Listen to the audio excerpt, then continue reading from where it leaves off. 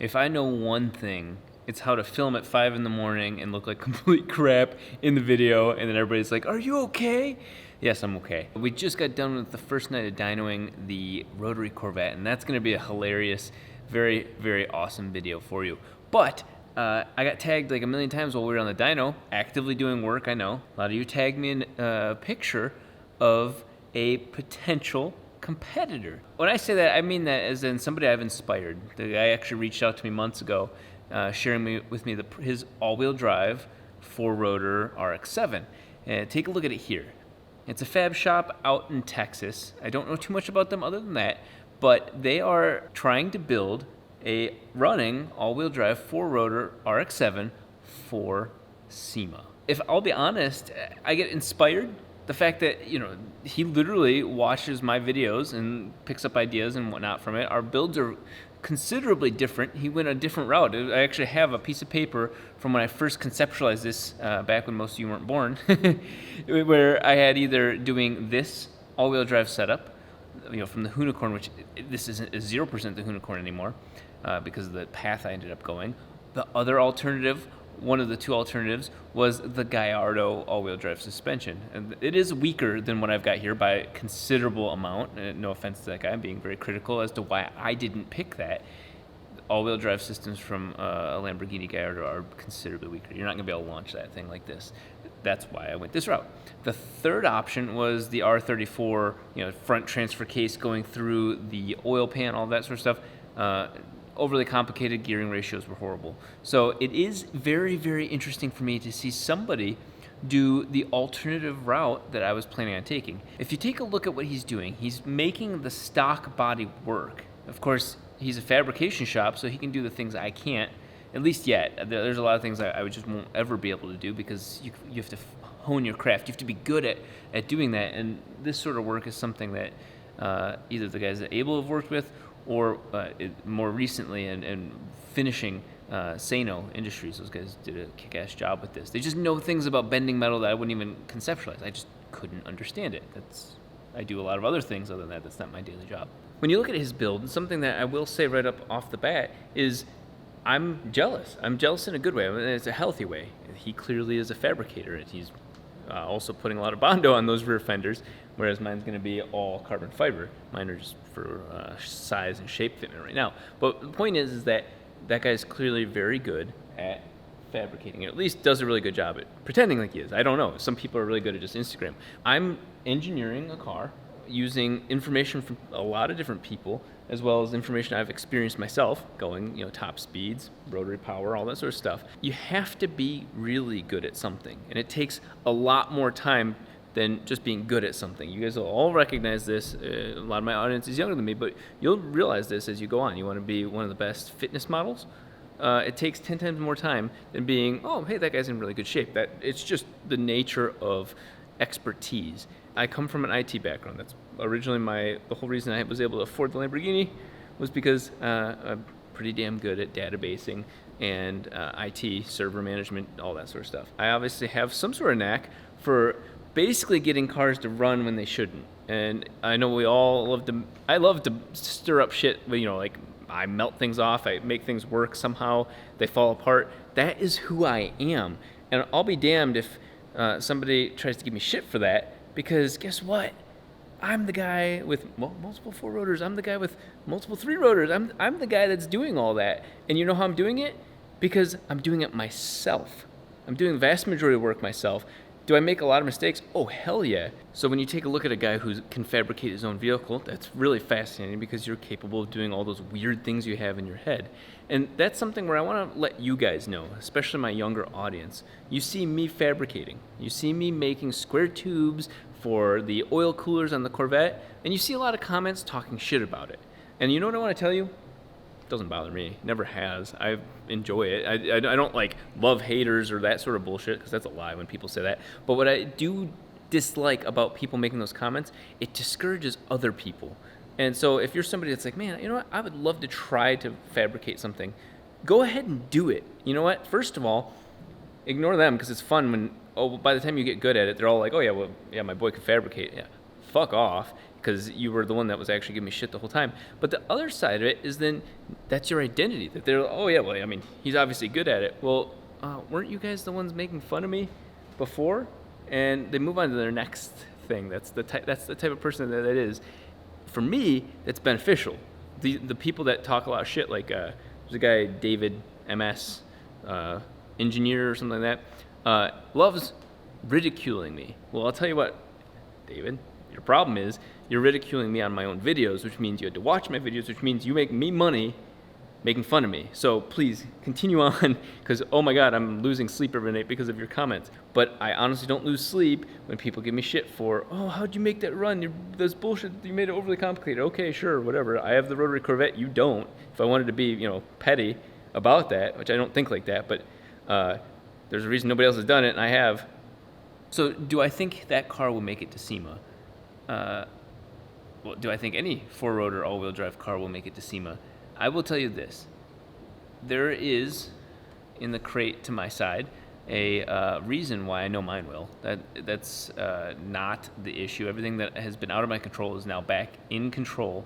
And regrettably, whether this car is a good idea or not, I'm stuck finishing it. So that I'm not worried about that. There's phases of finishing a car regardless.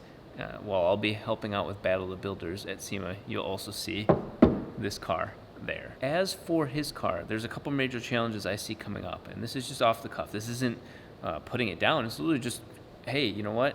You guys, a lot of you are tagging me to see what I think. Here's what I think. I think that keeping the stock length is very difficult. He's using a slightly different approach, whereas my transfer case is literally under the passenger's knees. If you kept the stock length of the body, it would have been under their ass, and you wouldn't be able to have a seat at all. So mine had to be extended. The other thing that's very important about this, and I think it's pretty apparent with drifting and all those other sort of things, short wheelbases suck.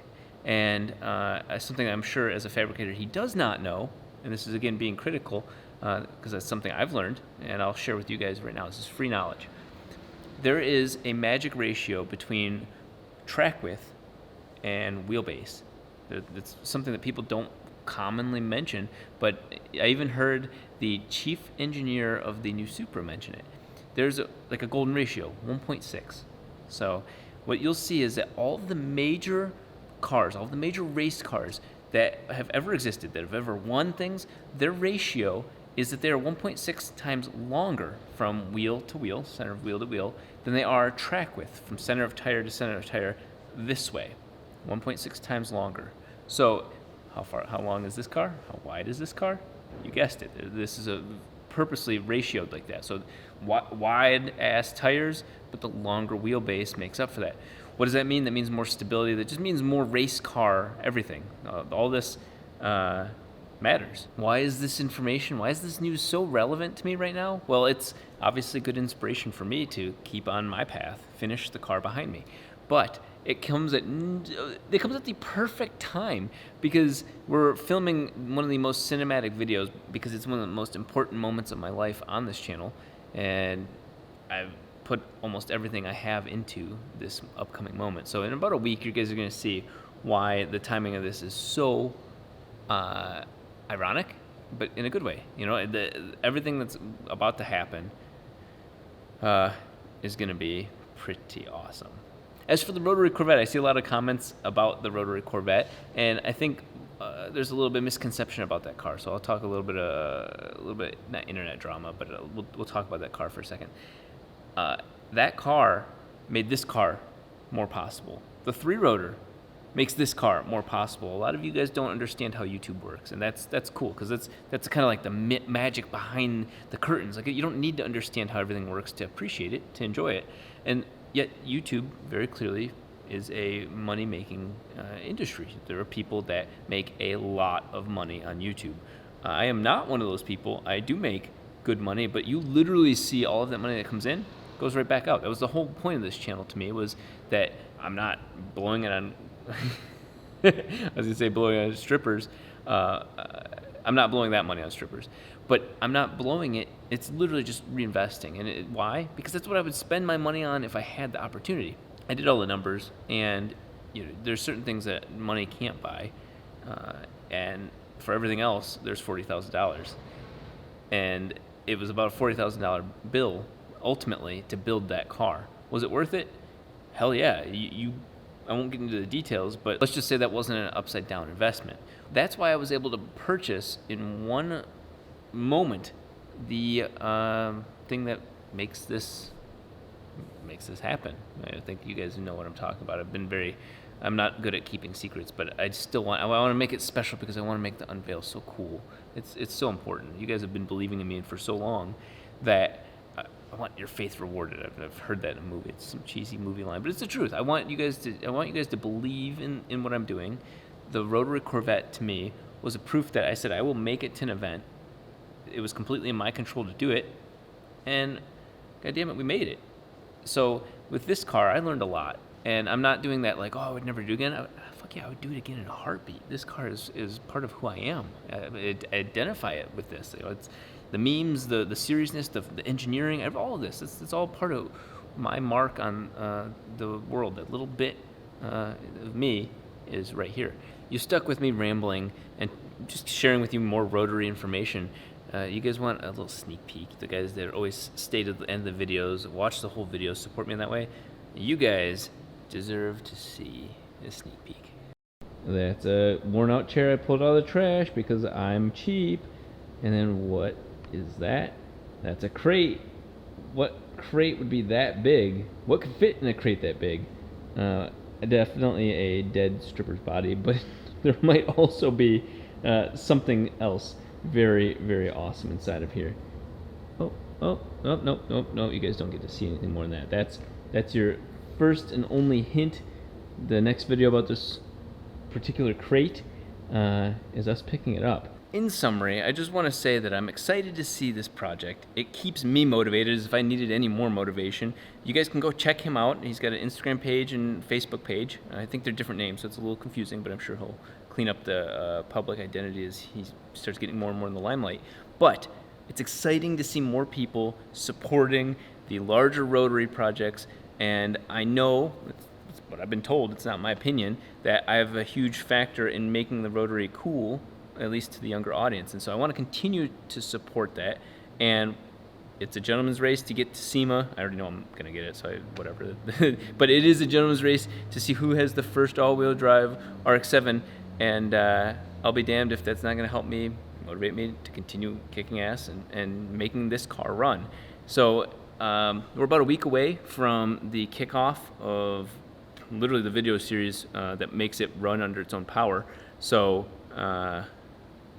I am definitely going to look more like shit by the time November 5th, 4th, 3rd rolls around. I'm going to look like shit. But you know what? I'm going to be a guy with an all-wheel drive RX-7 roasting all 4 tires on Hoonigan while Hurt and I try and recreate Gymkhana 7's intro. That sounds like a pretty awesome way to lose some sleep.